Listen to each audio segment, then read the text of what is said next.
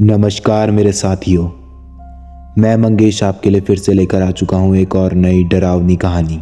आज की कहानी भी काफ़ी दिलचस्प और डरावनी है, तो इस कहानी के अंत तक बने रहना। रात के अंधेरे में मैकू अपनी कार को दौड़ाई जा रहा था। मैकू को खुद कार चलाना और दूर दूर की यात्राएं करना बहुत ही पसंद था। मैकू की बगल वाली सीट पर उसका दोस्त रमेश बैठा था। वे दोनों मुंबई से मेहर भगवती के दर्शन के लिए जा रहे थे। मैकू के माता पिता ने उसे लाख समझाया कि बेटे, इतनी लंबी दूरी तुम लोग ट्रेन से सफ़र करो, पर मैकू नहीं माना और अपने दोस्त के साथ कार से ही हो लिया। रात के करीब 2 बजे होंगे। कार सड़क पर भागी जा रही थी। रह रह कर इक्के दुक्के ट्रक आदि भी गुजर जाते थे। अचानक कार में कुछ गड़बड़ी मालूम हुई और मैकू ने सड़क किनारे कार रोक दी। मैकू कार से नीचे उतरकर बोनट खोला और जांच पड़ताल करने लगा।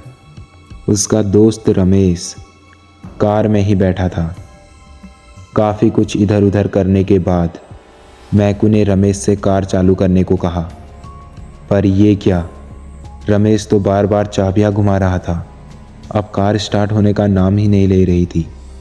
इतनी रात को वो दोनों क्या करें, कुछ समझ नहीं आ रहा था। अचानक रमेश के दिमाग में एक ख्याल आया और वो सड़क पर खड़े होकर इक्की दुक्की आने जाने वाली गाड़ियों को रोकने के लिए हाथ से इशारा करने लगा, लेकिन कोई गाड़ी रुकने को तैयार नहीं थी। ऐसा भी हो सकता है कि रात का समय और सुनसान इलाका होने के कारण कोई रिस्क न लेना चाहता हो, क्योंकि हाईवे आदि पर रात को लूटपाट आम बात थी। अचानक उन्हें एक कार उनके पास आकर रुकती हुई दिखाई दी। बाबा आदम के समय की कार लग रही थी, या यूं कहें जैसे किसी राजा महाराजा की कार हो। कार के रुकते ही मैकू भागकर उस कार के पास गया। उस कार में ड्राइवर के अलावा 3 लोग बैठे हुए थे। इन 3 में से एक महिला और एक किशोरी थी।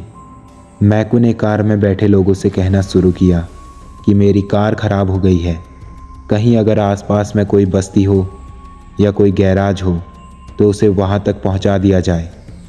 उसकी बात को सुनते ही उस कार का ड्राइवर नीचे उतरा और अपनी कार की डिग्गी में से एक पतला वायर निकाला। मैकू कुछ समझ नहीं पाता। तब तक वो ड्राइवर अपनी कार से मैकू की कार को बांध देता है। कार को बांधने के बाद उस ड्राइवर ने इशारे से मैकू को अपनी स्टीयरिंग सीट पर बैठने का इशारा किया। मैकू के स्टीयरिंग पर बैठते ही रमेश भी मैकू की बगल वाली सीट पर बैठ गया। अब उनकी कार को खींचते हुए वो पुरानी कार एक कच्चे रास्ते से आगे बढ़ी। मैकू और रमेश निश्चिंत लग रहे थे। उन्हें किसी भी प्रकार का डर नहीं लग रहा था, क्योंकि इस पुरानी कार के यात्री समृद्ध घराने से लग रहे थे। लगभग 15 से 20 मिनट के बाद उनकी कार एक पुरानी हवेली के सामने खड़ी थी। मैकू और रमेश अपनी कार से उतर चुके थे। दूसरे कार से उनका ड्राइवर निकला और रोबदार आवाज़ में बोला, आप लोग अंदर चलें, अभी मैकेनिक बुलाकर आपके कार को ठीक करा दिया जाएगा और उसके बाद आप लोग अपने अपने रास्ते निकल जाइएगा। मैकू और रमेश कुछ कहे बिना उस ड्राइवर के साथ उस पुरानी हवेली में प्रवेश कर गए। हवेली बहुत ही बड़ी थी और बहुत ही पुरानी लग रही थी। और एक बात मैकू और रमेश को चौंकाने वाली थी कि इतने समृद्ध लोगों के रहते हुए ये हवेली इतनी गंदी क्यों लग रही है। जगह जगह जाले लटके हुए थे। अजीब प्रकार की बू भी आ रही थी। मैकू और रमेश कसकर एक दूसरे का हाथ पकड़े उस बूढ़े ड्राइवर के पीछे पीछे उस हवेली में अंदर ही अंदर बढ़े जा रहे थे। अचानक हाथ में चिराग लिए एक अधेड़ महिला आई, जो थोड़ी सी डरावनी लग रही थी। उसने इशारे ही इशारे में उस ड्राइवर से कुछ कहा। वो ड्राइवर मैकू और रमेश को उस अधेड़ महिला के पीछे जाने का इशारा करते हुए खुद ही दूसरी तरफ चला गया। वो अधेड़ महिला उन दोनों को लेकर एक बड़े कमरे में दाखिल हुई। ये कमरा काफ़ी अच्छा था, पर यह चौंकाने वाली बात लग रही थी कि इस पुरानी और गंदी हवेली में इतना सुंदर सुसज्जित कमरा कैसे हो सकता है। वो कमरा दूधिया प्रकाश से भरा था, पर यह प्रकाश कहाँ से आ रहा था कुछ पता नहीं चल रहा था। मैकू और रमेश उस कमरे में लगी आलीशान कुर्सियों पर बैठ गए। उनकी आओ भगत शुरू हो गई थी, पर अब उन दोनों को बहुत सारी बातें अजीब लग रही थी। अब उस कमरे में कम से कम 12 से 15 लोग जमा हो गए थे। कहीं स्वादिष्ट भोजन की खुशबू थी तो कहीं पैगों का दौर चलना शुरू हो गया था। मैकू तो आए दिन दूर दूर की यात्राएं करते रहता था। रात बिरात वो कहीं पर भी चला जाता था। उसे भूत प्रेत पर विश्वास तो था, पर वो एकदम निडर स्वभाव का था। वो अपने आप को माँ मेहर वाली का बहुत बड़ा भक्त मानता था और वर्ष में कम से कम 2 बार माँ के दर्शन अवश्य करता था। उसके गले में माँ की माला हमेशा लटकी रहती थी और साथ ही उसके शर्ट की ऊपरी जेब में एक छोटा सा दुर्गा चालीसा। उसे जब भी थोड़ा समय मिलता इस चालीसा को निकालकर वो पढ़ लिया करता था। पर आज निडर मैकू को लगने लगा था कि वो और उसका दोस्त किसी बड़ी मुसीबत में फंस गए हैं। उसके आसपास के लोगों का व्यवहार कभी कभी अजीब चौंकाने वाला होता लग रहा था। मैकू फिर भी डरा नहीं और हिम्मत से काम लिया।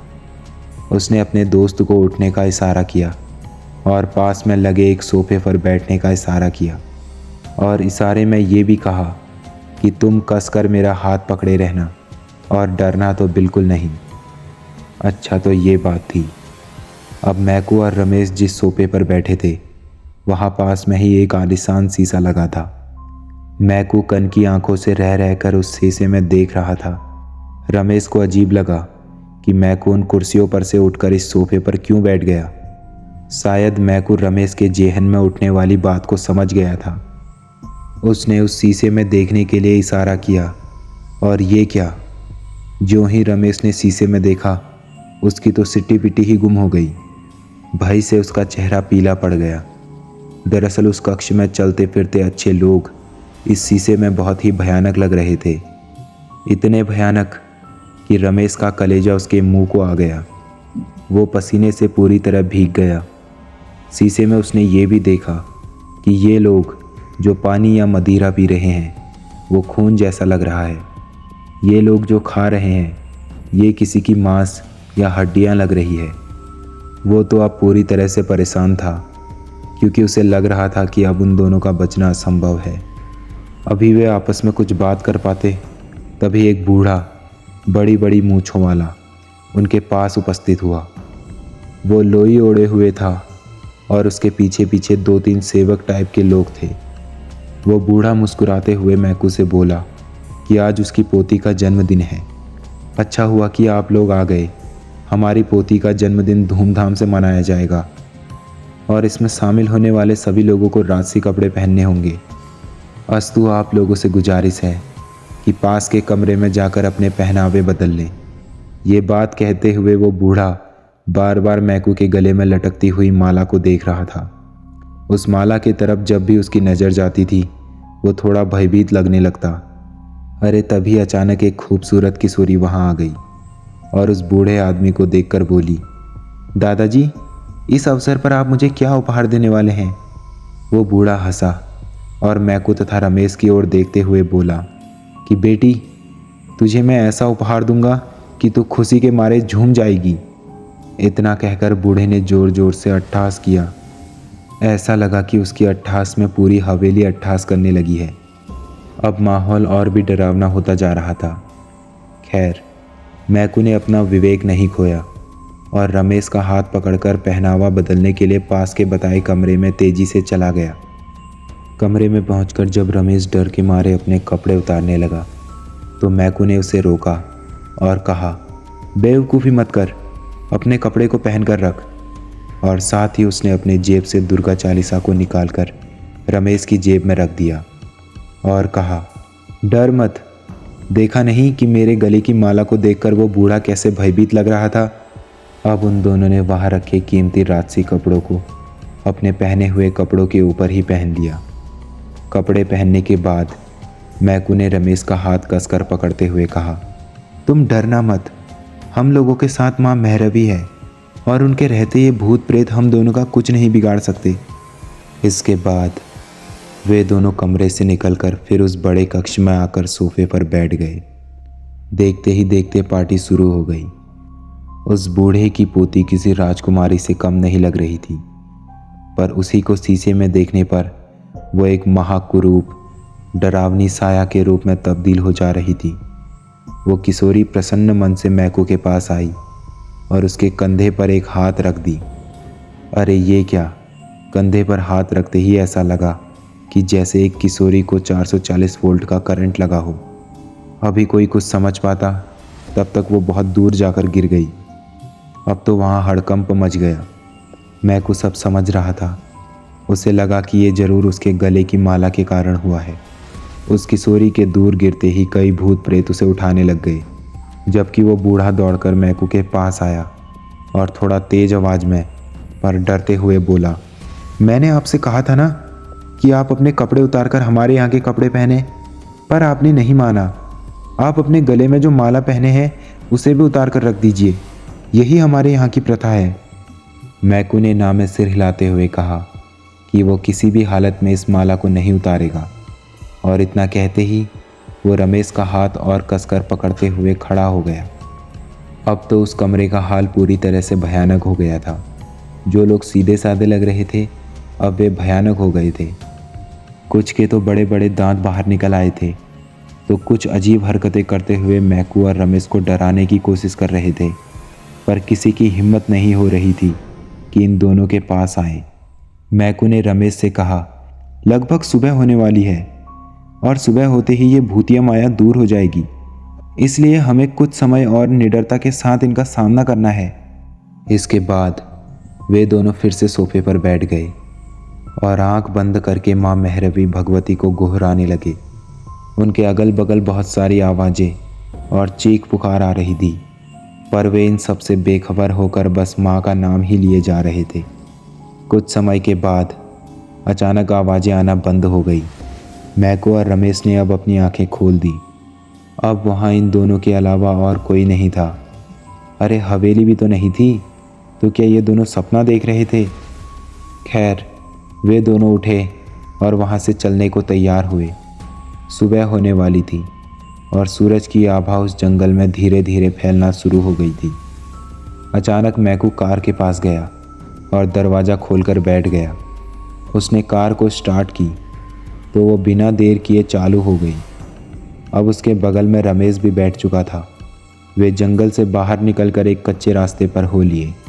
कुछ दूर आगे चलने पर उन्हें एक चाय की टपरी दिखाई दी। मैकू ने वहीं अपनी कार रोक दी और कार से उतरकर उस टपरी पर आ गया। टपरी में आते ही दुकानदार थोड़ा डर से मैकू की तरफ देखकर बोला, साहब, आप लोग सुबह सुबह इस जंगल में से कहाँ से आ रहे हैं? मैकू एक टूटी बेंच पर बैठते हुए अब तक की सारी घटना सुना दी। दुकानदार ने एक लंबी सांस लेकर कहा, अच्छा हुआ कि आप लोग सही सलामत बच गए, नहीं तो कई सारे लोग इन भूतों के ऐसे शिकार हुए हैं कि या तो वे पागल हो गए या किसी बड़ी बीमारी के शिकार। इसके बाद उस दुकानदार ने सहमते हुए अपनी आप बीती को सुना दी। क्या गुजरी थी उस दुकानदार पर। खैर, ये कहानी फिर कभी। आज की कहानी में बस इतना ही। कहानी पसंद आई हो तो इस वीडियो को लाइक कर देना, और ऐसे ही डरावनी और दिलचस्प कहानियों को सुनने के लिए इस चैनल को सब्सक्राइब कर देना। मिलते हैं फिर किसी नई कहानी के साथ।